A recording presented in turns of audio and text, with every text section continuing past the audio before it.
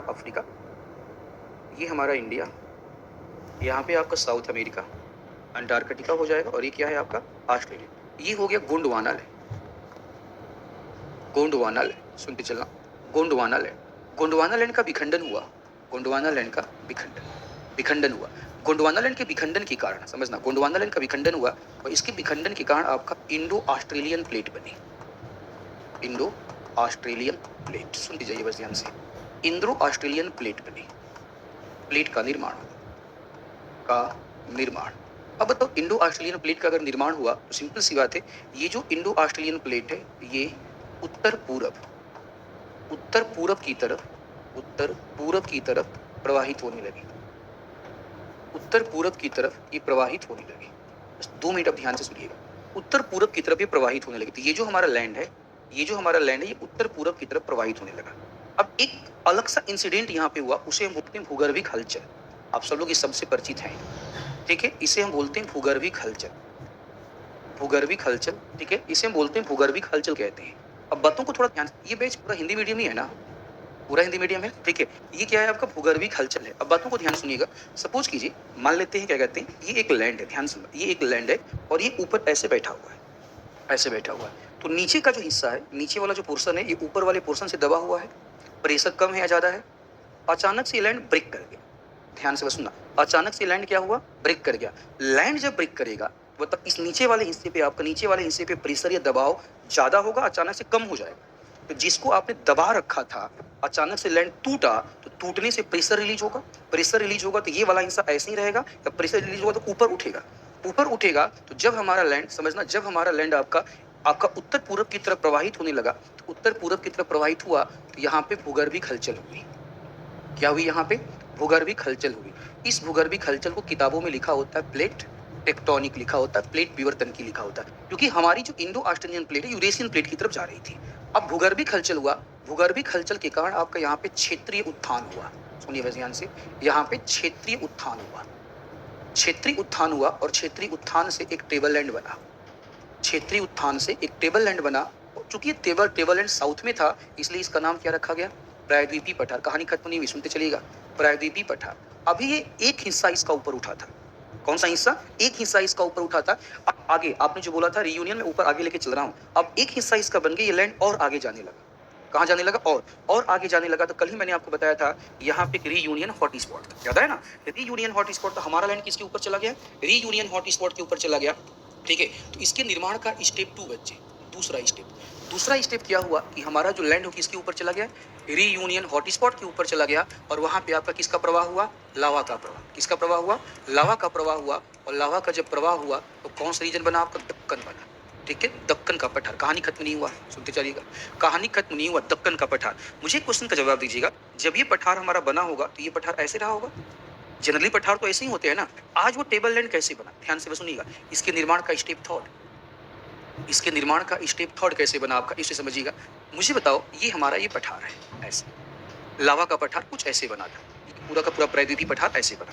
अब क्वेश्चन उठा कि आपका यहाँ पे जब ये पठार बना तो नदियों ने प्रवाहित होना शुरू किया।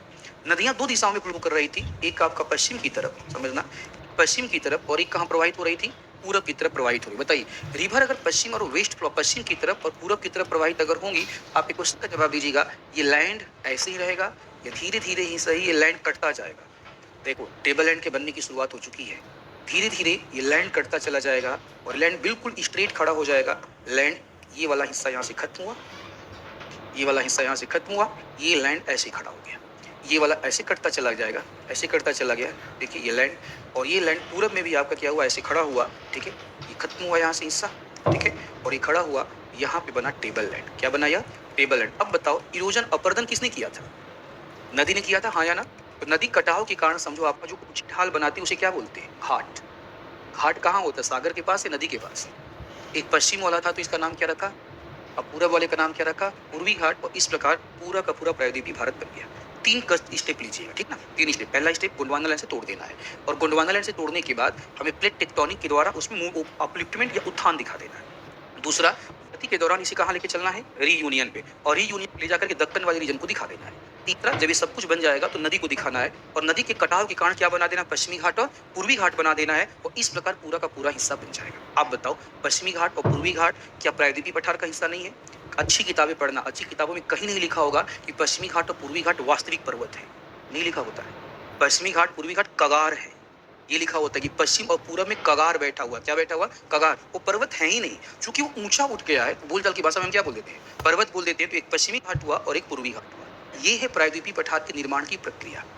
ये मैं इसलिए बता रहा हूँ क्योंकि क्वेश्चन बीपीएससी में पूछा गया है। क्वेश्चन यही पूछा हुआ है कि प्रायद्वीपीय भारत की संरचना और इसके विकास को स्पष्ट करें। यही एक लाइन का क्वेश्चन है कि प्रायद्वीपीय भारत की संरचना और इसके विकास को स्पष्ट करें। 8 नंबर का क्वेश्चन है। तो विकास में यही तो दिखाना है ना हमें, विकास में यही तो दिखाना है कि प्रायद्वीपीय भारत हमें बना कैसे है। आज दिवस में थोड़ा सा आगे बढ़ते हैं, थोड़ा सा आगे बढ़ते हैं। इससे थोड़ा सा आगे बढ़ेंगे तो क्वेश्चन ये उठा कि ये जो प्रायद्वीपीय भारत है, ये जो प्रायद्वीपीय भारत है, इस प्रायद्वीपीय भारत की संरचना कैसी है। ठीक है, प्रायद्वीपीय भारत की संरचना कैसी है, प्रायद्वीपीय भारत की बनावट कैसी, संरचना कैसी। चलिए, अगर आपसे पूछा जाए कि प्रायद्वीपीय भारत की संरचना, सीधे बोलिएगा यह एक टेबल लैंड है, यह एक टेबल लैंड का उदाहरण है, यह एक टेबल लैंड का उदाहरण है। ठीक, पॉइंट नंबर 2, यह कई पठारों एवं पहाड़ियों का समूह है। कई पठारों एवं पहाड़ियों का समूह है। ठीक, इसके बाद हम बोलेंगे कि यहाँ की चट्टानी संरचना,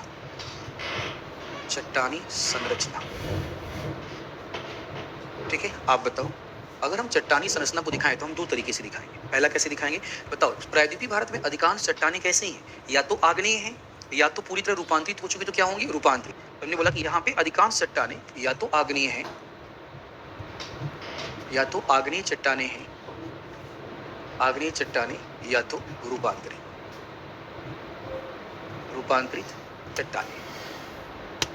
चट्टानें हैं। ठीक है, थोड़ा सा और आगे चलते हैं। अगर इसके हम भूगर्भिक बनावट की बातें करें, इसके हम भूगर्भिक संरचना की बातें करें, भूगर्भिक संरचना कैसी, तो आप बोलेंगे भूगर्भिक संरचना में सबसे प्राचीन चट्टानें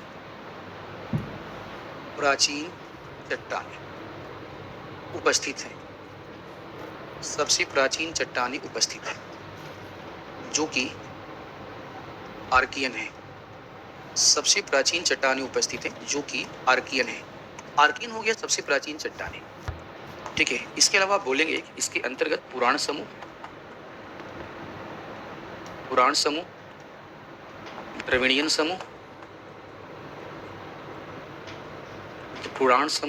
द्रविड़ीयन समूह, तथा आर्यन समूह की दक्कन की चट्टानें, दक्कन एवं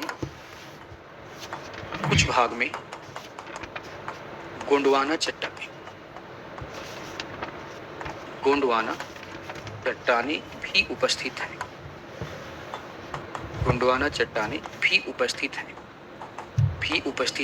इसका भूगर्भिक संरचना हो जाएगा। अब आपसे एक क्वेश्चन ये है कि हमने यहाँ पे क्वार्टरनरी चट्टानें नहीं लिखा, जबकि हमने और आपने पढ़ा था कि क्वार्टरनरी चट्टानें पूर्वी तटीय क्षेत्र में बैठी हुई हैं। हमने यहाँ पे नहीं लिखा क्योंकि हमारा टॉपिक प्रायद्वीपीय भारत नहीं है, प्रायद्वीपीय पठार है अभिभाषण में, और हम प्रायद्वीपीय पठार के बारे में डील कर रहे हैं, प्रायद्वीपीय भारत के बारे में डील नहीं कर रहे हैं।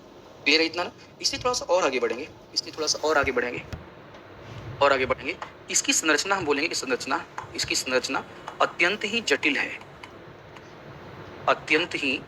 है, समझिए, इसकी संरचना अत्यंत ही जटिल है। प्रश्न उठा कि इसकी संरचना अत्यंत जटिल क्यों है, क्या रीजन है इसकी संरचना अत्यंत जटिल है। सुनिए ध्यान से।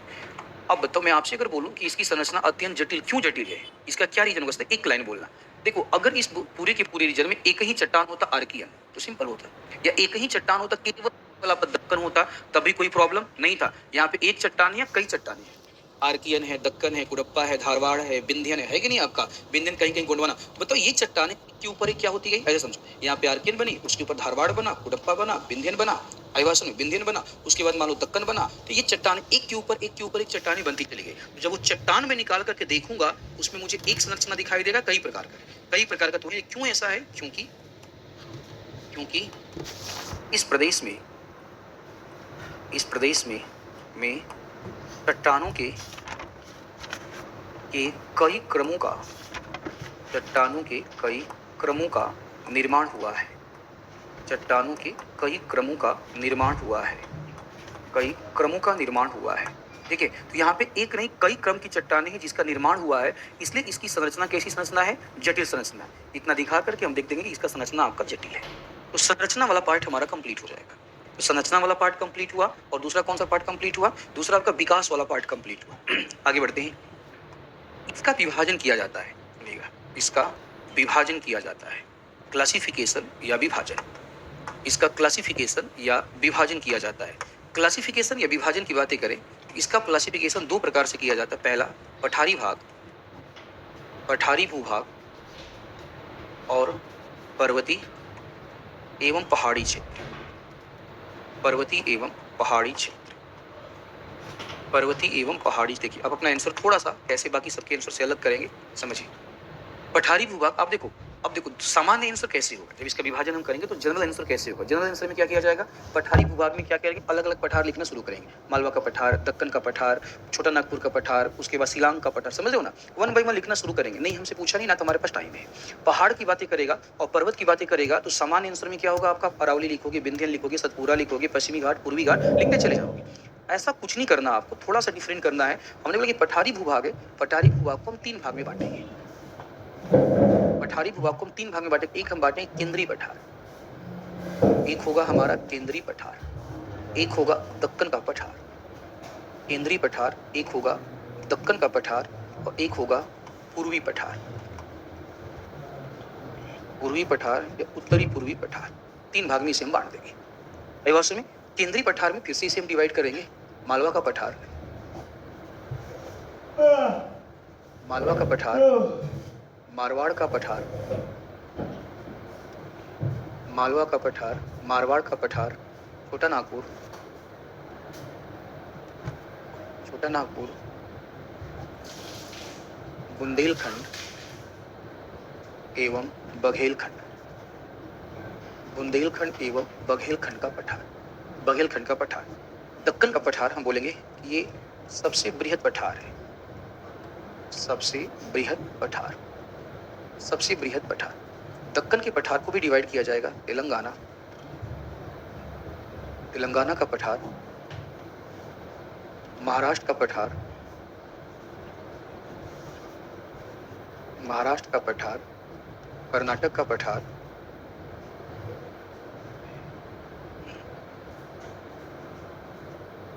तेलंगाना का पठार, महाराष्ट्र का पठार, ठीक है, कर्नाटक का पठार, और चाहो यहाँ पे तो आप लिख सकते हो आपका तमिलनाडु, तमिलनाडु का पठार, का पठार। ठीक है, उत्तरी पूर्वी पठार में आप लिख दीजिएगा शिलांग या मेघालय का पठार, शिलांग या मेघालय का पठार, शिलांग या मेघालय का पठार। ऐसे क्लासिफाई आप कर दीजिएगा। तीन पार्ट में आप ऐसे करके इसको क्लासिफाई कर दीजिएगा, इसको बांट दीजिएगा। पर्वतीय एवं पठारी प्रदेश की बातें करें, सुनिएगा, पर्वतीय एवं पठारी प्रदेश की बातें करें, क्वेश्चन ये उठा कि पर्वतीय और पठारी प्रदेश को कैसे डिवाइड किया जाए। सुनिए ध्यान से, तो पर्वतीय और पठारी प्रदेश को दो तरीके से डिवाइड, तीन तरीके से डिवाइड किया जाएगा। पहला बलित या मोड़दार पर्वत, बलित या मोड़दार पर्वत, अवरोधक पर्वत, अवरोधक पर्वत, अवशिष्ट पर्वत,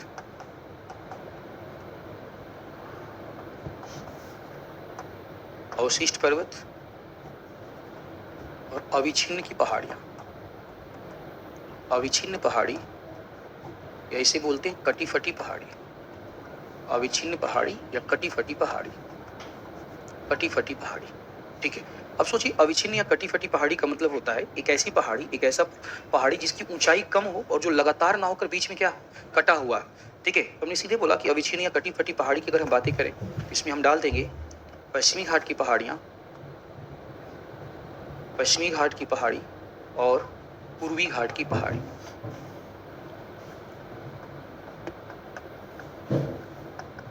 पश्चिमी घाट की पहाड़ी, पश्चिमी घाट की पहाड़ी और पूर्वी घाट की पहाड़ी, इतना हम बांट देंगे। उसके बाद देखो बलित पर्वत की बातें करें, बलित पर्वत में अरावली को ले लेंगे। अरावली का जब उत्पत्ति हुआ तो अरावली कैसा पर्वत था? बलित पर्वत आज कैसा पर्वत है? अवशिष्ट पर्वत है। अरावली का जब जन्म हुआ तो अरावली आपका हिमालय की तरह बलित पर्वत था, आज क्या है आपका अवशिष्ट पर्वत का एग्जाम्पल है। अरावली पर्वत की हम बातें कर लेंगे। फिर राजमहल की बातें कर लेंगे, राजमहल भी एक प्रकार का अवशिष्ट पहाड़ी है। अवरोधक पर्वत की बातें करेंगे, अवरोधक पर्वत में आपका विंध्य ले लेते हैं, विंध्य पर्वत हम ले लेंगे, सतपुरा पर्वत ले लेंगे, विंध्य और सतपुरा ले लेंगे, ठीक है। अवशिष्ट पहाड़ी की बातें करेंगे, फिर से यहाँ पे अरावली ले लेंगे, अरावली ले लेंगे, अजंता ले लेंगे, यहाँ पे सतमाला हिल्स ले लेंगे, सतमाला, ठीक है, हरिश्चंद्र भी ले सकते हैं, ऐसे हम ले लेंगे। तो हम पर्वतों को हम अलग अलग कैटेगरी में डाल रहे हैं, पर्वतों को हम अलग अलग कैटेगरी में, नॉर्मल हम नहीं लिख रहे हैं, पर्वतों को हम अलग अलग कैटेगरी में डाल रहे हैं और अलग अलग कैटेगरी में डाल करके हम दिखाने का प्रयास कर रहे हैं। आई बात समझ में? तो ये हमारा आपका इसका विभाजन हो जाएगा, क्लासिफिकेशन हो जाएगा। थोड़ा सा आगे चलेंगे यहाँ से, ठीक है, थोड़ा सा यहाँ से आगे चलेंगे। तो ये तो इसका क्लासिफिकेशन हो गया। अब क्वेश्चन ये उठा कि प्रायद्वीपीय जो पठार है, प्रायद्वीपीय पठार का क्लाइमेट कैसा है? हर एक पॉइंट को डील करना है। प्रायद्वीपीय जो पठार है, प्रायद्वीपीय पठार का क्लाइमेट कैसा है, जलवायु कैसा है। तो अब हम डिस्कस करेंगे आपके क्लाइमेट के ऊपर, जलवायु के ऊपर। अब इन सब के बारे में लिखना नहीं है, आप याद रखिएगा, इन सब के बारे में आपको लिखना नहीं है, क्योंकि आपसे कभी क्वेश्चन पूछा ही नहीं है। वो क्वेश्चन आपसे पूछेगा कि प्रायद्वीपीय पठार के विभाजन, प्रायद्वीपीय पठार के विभाजन को स्पष्ट करते हुए चर्चा करें कि यह प्रायद्वीपीय भारत के विकास को किस प्रकार से प्रभावित करता है।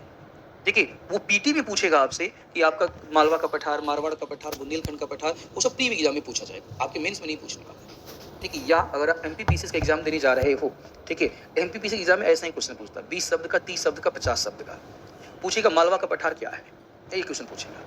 मालवा का पठार क्या? अरावली ऐसे पूछेगा, अरावली किस प्रकार का पर्वत है, मेंस का क्वेश्चन बता रहा हूँ मैं, अरावली किस प्रकार का पर्वत है, ठीक है। तो आपको लिखेंगे अरावली एक प्रकार का अवशिष्ट पर्वत है। इतना ऐसे ही क्वेश्चन वहां पे पूछा जाता है।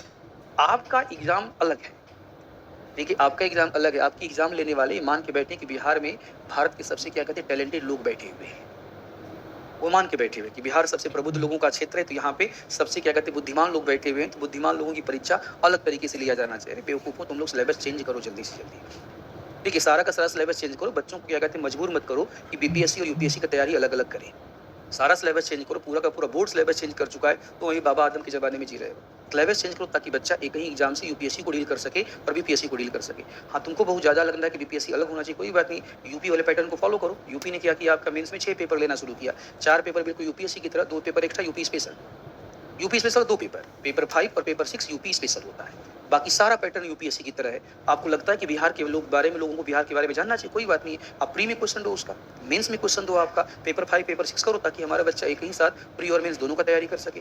अब आप एक बार बीपीएससी की तैयारी करो, एक बार यूपीएससी की तैयारी करो।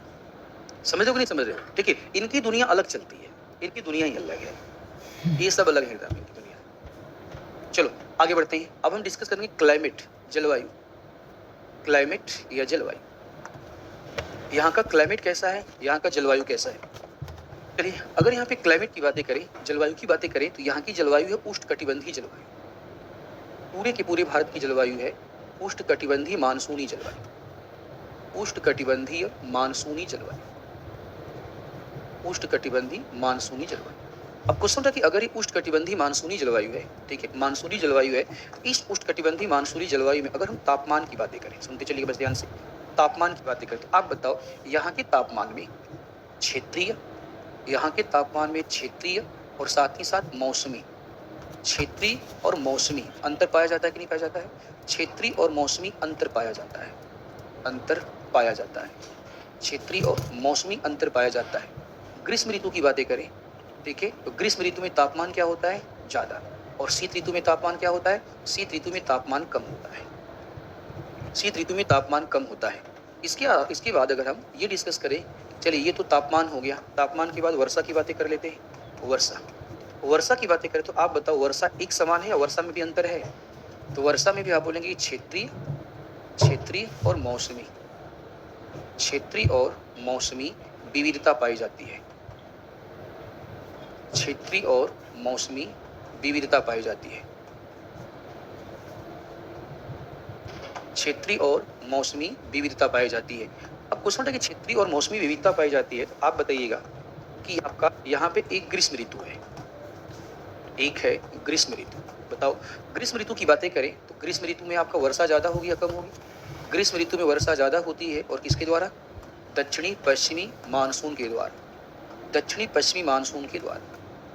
दक्षिणी पश्चिमी मानसून के द्वारा। लेकिन सुनिए ध्यान से, लेकिन ये जो वर्षा है, ये जो वर्षा हम डिस्कस कर रहे हैं, ये जो वर्षा आप दिखा रहे हैं हम लोग आपसे, ये जो वर्षा है, ये वर्षा कहाँ पे ज्यादा होती है?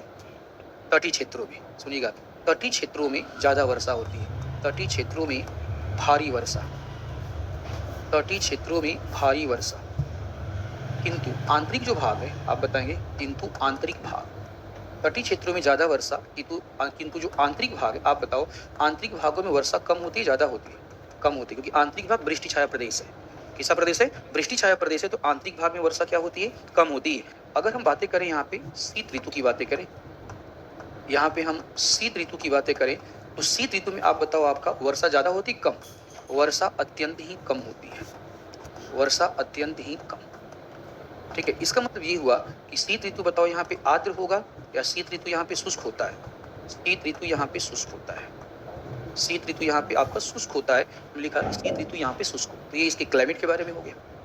हम देखो, हमने उत्पत्ति या विकास देख लिया, हमने संरचना देख लिया, और हमने क्या देख लिया? क्लाइमेट देख लिया। क्लाइमेट से हम आगे चल रहे हैं। क्लाइमेट से हम आगे चल रहे हैं। ठीक है, अब इसके बाद क्लाइमेट से हम आगे चलेंगे, और इसके बाद हम देखेंगे यहाँ पे इस रीजन में मृदा एवं वनस्पति। मृदा एवं वनस्पति, इस पे हम चर्चा करेंगे।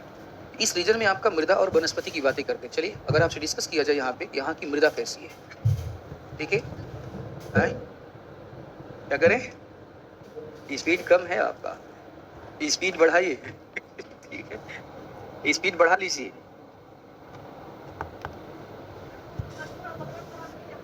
बिल्कुल बिल्कुल दे सकती है। जैसे जहाँ पे आपने लिखा, मैंने यहाँ पे लिखा, क्या कहते हैं कि तटीय क्षेत्रों में भारी वर्षा, तुरंत डालो पश्चिमी घाट। बोलिए ना।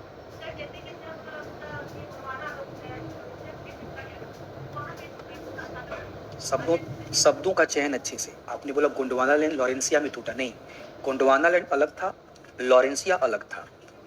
हाँ, तो वो अलग ऐसे बोलोगे सर, गोंडवाना लैंड जब टूटा आपका, ऐसे पैंजिया जब टूटा, पैंजिया जब गोंडवाना लैंड लॉरेंसिया में टूटा, तो बीच में टेथी सागर था। तो टेथी सागर कहाँ था? टेथी सागर गोंडवाना लैंड अंगारा लैंड के बीच में था। यहाँ पे देखो, ये था टेथी सागर। ये देखो पैंजिया है, ये हमारा पैंजिया है, ये पैंजिया। देखिए, पैंजिया का क्रैकअप हुआ ऐसे, ऊपर वाला हिस्सा आपका लॉरेंसिया है, ये लॉरेंसिया है, और नीचे वाला जो हिस्सा है ये है गोंडवाना लैंड, ये गोंडवाना लैंड है। ये था टेथी सागर। तो भारत जो था, भारत जो है आपका, भारत टेथी सागर के साउथ में था। हमारा जो इंडिया इस गोंडवाना लैंड का पार्ट। अब इसको ऐसे देखो, ये देखो, ये हमारा गोंडवाना लैंड है, लैंड को हम तोड़ रहे हैं, ये हमारा आपका गोंडवाना लैंड ऐसे है, ये आपका ऐसे, ये गोंडवाना, ये है टेथी सागर। यहाँ पे ये पूरा का पूरा जो रीजन ऐसे, ये पूरा का पूरा रीजन ये टेथीस है। तो इंडिया को क्रैकअप करके आपका इधर मूव करना था ऐसे। इंडिया जब क्या कहते हैं आपको टूटा और उत्तर पूरब की तरफ मूव करने लगा, तो टेथी सागर जो कि महासागरीय प्लेट थी, और इंडिया क्या है आपका, महाद्वीपीय प्लेट है, तो टेथी सागर का इसने अधिग्रहण करना स्टार्ट किया, टेथी सागर कैप्चर करना स्टार्ट किया। और जहां पे आज टेथी से उसके ऊपर इंडिया, वास्तव में देखोगे, क्योंकि पीटी में नहीं पढ़ा रहा हूँ, ये प्लेटें ऐसी हैं, इंडिया ऊपर आया ऐसे, टेथीस ऐसे नीचे चला गया, ऐसे नीचे टेथीस है, ये है इंडियन प्लेट, और इसके ऊपर यूरेशियन प्लेट है। प्रॉब्लम इज दैट कि टेथीस का जो मलबा था, अब इंडिया इसके ऊपर आ गया, और टेथीस मलबे से भरा हुआ था, तो मलबे पे दबाव लगा, तो मलबा कहाँ चला? ऊपर। और मलबा जब ऊपर चला गया, तो वहाँ पे हिमालय बना, कुल्लू सान बना, तीन सान बना, उसके बाद सुलेमान बना, किरथर बना, आपका हिंदू कुश पर्वत बना। जो भाग जिस पे दबाव ज्यादा लगा वो बन गया आपका पर्वत, जिस पे दबाव कम लगा वो बना तिब्बत का पठार। तो इसके आपके मुड़ने से आपका तिब्बत का पठार बना है। क्या बना है? तिब्बत का पठार। अभी तो हम यहीं पे हैं ना, अभी तो हम क्या कहते हैं, टेथीस तक पहुंचे भी नहीं थे, तब तक हम रीयूनियन के ऊपर चले गए। टेथीस तो आगे था, उसके पहले ही हम आगे रीयूनियन पे। इसलिए चट्टानों के क्रम में आप देखिएगा, चट्टानों के क्रम में दक्कन पहले आया है, और दक्कन के बाद टर्सियरी है, और टर्सियरी का मतलब हिमालय का निर्माण। ठीक है, तो ये पूरी की पूरी कहानी है। ठीक है, तो आप ये मत बोलो कि लॉरेंसिया और गोंडवाना लैंड के बीच में टेथीस था। ठीक है, चलिए चलते हैं आगे यहाँ से।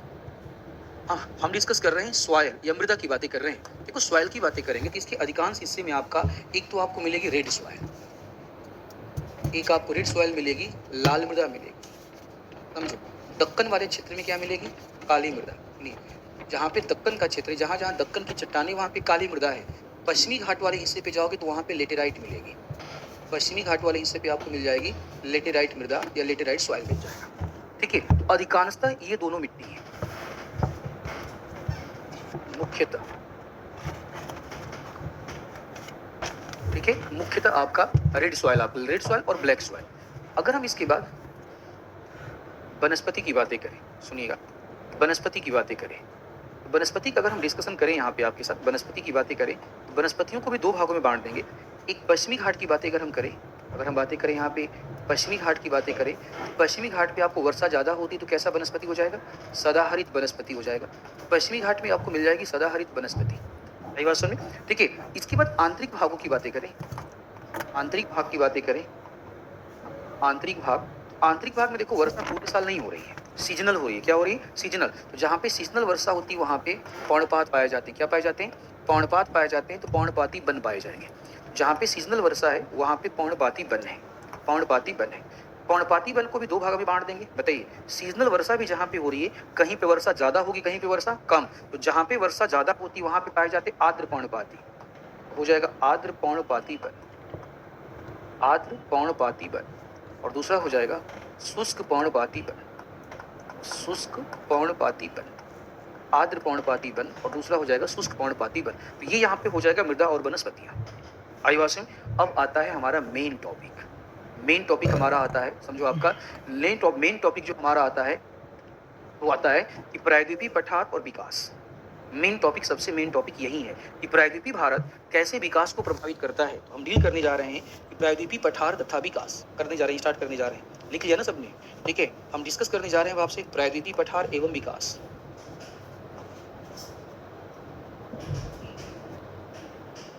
प्रायद्वीपीय पठार, ठीक है, और इसको हम जोड़ने जा रहे हैं विकास से, एवं आर्थिक विकास, आर्थिक विकास। चलिए इसको स्टार्ट करते हैं। तो सबसे पहले हम डिस्कस करेंगे प्रायद्वीपीय पठार की मृदा। यहाँ पे हम देखेंगे मृदा संसाधन, मृदा संसाधन, सॉइल रिसोर्सेज या मृदा संसाधन। ठीक है, मृदा संसाधन में हम डालेंगे काली मृदा, काली मृदा, हम काली मृदा डालेंगे यहाँ पे। ठीक है, काली मृदा अगर हम डालेंगे तुरंत यहाँ पे दिखाएंगे कपास, गन्ना, मोटे अनाज, कपास, गन्ना, मोटे अनाज का उत्पादन, कपास, गन्ना और मोटे अनाज का उत्पादन, ये दिखा देंगे। फिर हम दिखाएंगे आपका लेटेराइट, लेटेराइट मृदा, लेटेराइट मृदा, लेटेराइट मृदा में, ठीक है, हाँ बिल्कुल ठीक, दिखाएंगे काजू का उत्पादन, काजू का उत्पादन, ठीक है, मसाले का उत्पादन, वेट, मसाले का उत्पादन। हर जगह चाय का उत्पादन नहीं कर सकते आप। अरे महाराज, हर जगह कॉफी का भी उत्पादन नहीं कर सकते। ठीक है, कॉफी और चाय का उत्पादन वहाँ होता है जो पर्वतीय ढाल होता है। केवल लेटेराइट होगा और चाय कॉफी का उत्पादन कर दोगे, ठीक है, सब गलत हो जाएगा, नंबर काट के। भावनाओं पर नियंत्रण रखा करो, ऐसे करना है। पहाड़ी ढालों पर, पहाड़ी ढाल पर चाय एवं कॉफी की कृषि, चाय एवं कॉफी का उत्पादन, पहाड़ी ढालों पर चाय एवं कॉफी का उत्पादन। उसके बाद यहाँ पे दिखाएंगे लाल मृदा, लाल मृदा, लाल मृदा की अगर हम बातें करेंगे यहाँ पे, लाल मृदा की हम बातें करेंगे तो मोटे अनाज का उत्पादन, सबसे इंपॉर्टेंट क्या होता है? मोटा अनाज, मोटे अनाज का उत्पादन। मोटे अनाज के साथ साथ दलहन का भी उत्पादन किया जाता है और दलहन के साथ साथ तिलहन, मोटा अनाज, दलहन और तिलहन का उत्पादन। ठीक है, ये हो जाएगा मृदा संसाधन। क्या हो जाएगा? मृदा संसाधन। ठीक है, अब थोड़ा सा आगे बढ़ते हैं, अब थोड़ा सा यहाँ से आगे और बढ़ेंगे। यहाँ पे है खनिज संसाधन, खनिज संसाधन, खनिज संसाधन एवं खनन उद्योग, खनिज संसाधन एवं खनन उद्योग, इस पे हम डील करेंगे। खनिज संसाधन एवं खनन उद्योग, खनन उद्योग। तो खनिज संसाधन को आप दो पार्टों में बांट दीजिएगा।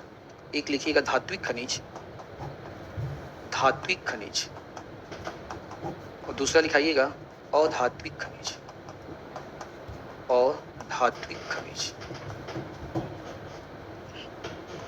ठीक है, एक धात्विक खनिज है और दूसरा अधात्विक खनिज। ठीक है, एक धात्विक खनिज है और दूसरा अधात्विक खनिज है। धात्विक खनिज की बातें अगर हम करें तो आप दिखा दीजिएगा। आप जानते हो, आप लोहा दिखा देना, लोहा दिखा देना, एल्युमिनियम दिखा दो। देखो, अगर आप सेंटर लिख सकते हो तो फिर जरूर लिखिएगा आपका। एल्युमिनियम दिखा दीजिए, तांबा दिखा दीजिए, मैग्नीज दिखा दो, मैग्नीज दिखा दीजिए। ठीक है, यहाँ पे आप सीसा दिखा दीजिए। ठीक है, ऐसे करके कुछ खनिज दिखा दीजिए और वहाँ पे इसको खनन उद्योग से जोड़ देना है।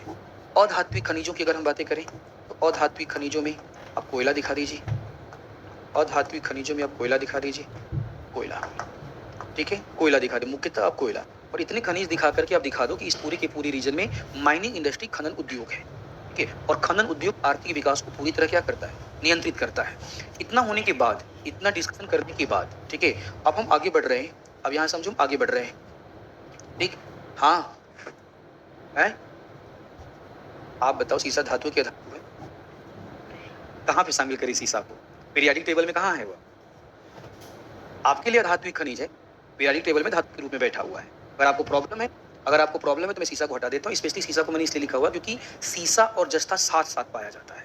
ठीक है, तो आपको प्रॉब्लम हो रहा है तो मैं लिख देता हूँ सीसा प्लस जस्ता। सीसा इकलौता अकेले कहीं मिलता ही नहीं है, सीसा और जस्ता दोनों साथ साथ मिलते हैं, इसलिए उसको धातु के साथ मेंशन किया गया है। थोड़ा आगे बढ़ते हैं यहाँ से। इसकी बात समझिए क्या है। इसके बाद प्रायद्वीपीय भारत या प्रायद्वीपीय पठार, सुनिए बस ध्यान से, प्रायद्वीपीय पठार। बताओ, प्रायद्वीपीय जो पठार है, ये प्रायद्वीपीय पठार भूगर्भिक, सारे बच्चे सुनिएगा, भूगर्भिक दृष्टिकोण से, भूगर्भिक दृष्टिकोण से शांत है, अशांत है? हाँ, भूगर्भिक दृष्टिकोण से शांत प्रदेश है, शांत प्रदेश है। अर्थात भूकंप जैसी आपदाओं का प्रभाव, भूकंप जैसी आपदा का प्रभाव न्यूनतम है, भूकंप जैसी आपदा का प्रभाव न्यूनतम है। अतः यह आधारभूत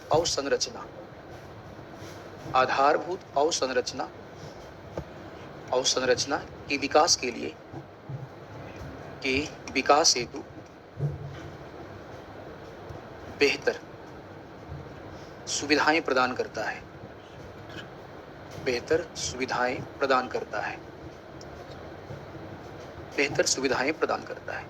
इसको हमने आधारभूत अवसंरचना से जोड़ दिया। प्रायद्वीपीय पठार तथा उद्योग,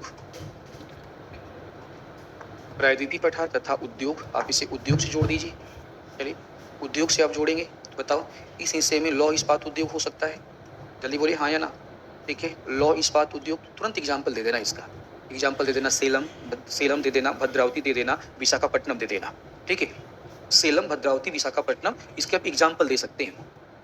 इसके अलावा अगर हम देखें तो बताओ कृषि आधारित उद्योग में आपका कपड़ा उद्योग, कॉटन इंडस्ट्री आएगा कि नहीं आएगा? कपड़ा उद्योग आएगा, तुरंत इसके एग्जाम्पल दे दीजिए। ठीक है, एग्जाम्पल में कोयम्बटूर दीजिएगा। क्या दीजिएगा? एग्जाम्पल में आपको डालिएगा कोयम्बटूर। साउथ इंडिया का मैनचेस्टर कौन है? कोयम्बटूर है, कोयम्बटूर डाल दीजिए। मदुरई डाल दीजिएगा, कोयम्बटूर, मदुरई। ठीक है, कपड़ा उद्योग के साथ साथ यहाँ पे आप डालो चीनी उद्योग को, कपड़ा उद्योग के साथ साथ आप चीनी उद्योग को डाल लीजिए। चीनी उद्योग का सेंटर दे दीजिएगा महाराष्ट्र वाले हिस्से में। ठीक है, सतारा हो जाएगा, तारापुर हो जाएगा, ये सारा एग्जाम्पल्स आपको दे दीजिएगा चीनी उद्योग के लिए। अरे महाराज लिख लो, हाथ करके बैठे हुए हैं, क्या कह रहा है? अच्छा, फोटो खींच लेंगे तो बीपीएससी वाला भी खींच लेगा फोटो, समझ रहे हो ना? यहाँ पे लिखवा रहा हूँ कि कम से कम लिखने का प्रैक्टिस हो जाए। फोटो खींच रहे हैं, देखो पहले बीपीएससी वाला फोटो खींच लेगा, बोलेगा खींच लिए फोटो, बाद में देखेंगे। बताओ, ये जो मैं इतना स्पीड में सब लिखवा रहा हूँ, लिखने का प्रैक्टिस हो रहा है ना, लिखने का प्रैक्टिस हो रहा। प्रैक्टिस कीजिए लिखने का, मेंस क्वालिफाई करना इतना आसान नहीं है। फोटो खींच ले रहे हैं आपका।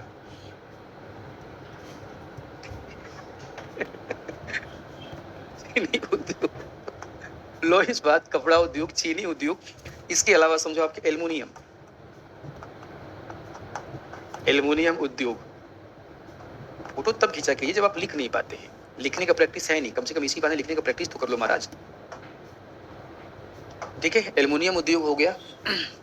ठीक है, इसके अलावा क्या कहते हैं, अगर आप चाहो, समझो आप चाहो तो इसके अलावा आप समझो फूड प्रोसेसिंग इंडस्ट्री, खाद्य प्रसंस्करण उद्योग भी लिख सकते हो।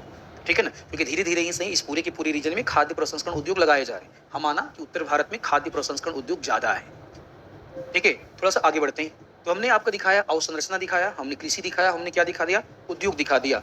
उद्योग से हम आगे चलेंगे, उद्योग से हम आगे चलेंगे और उद्योग से आगे पहुंच करके हम आएंगे पर्यटन की तरफ। उद्योग से आगे आएंगे और हम डिस्कस करेंगे पर्यटन।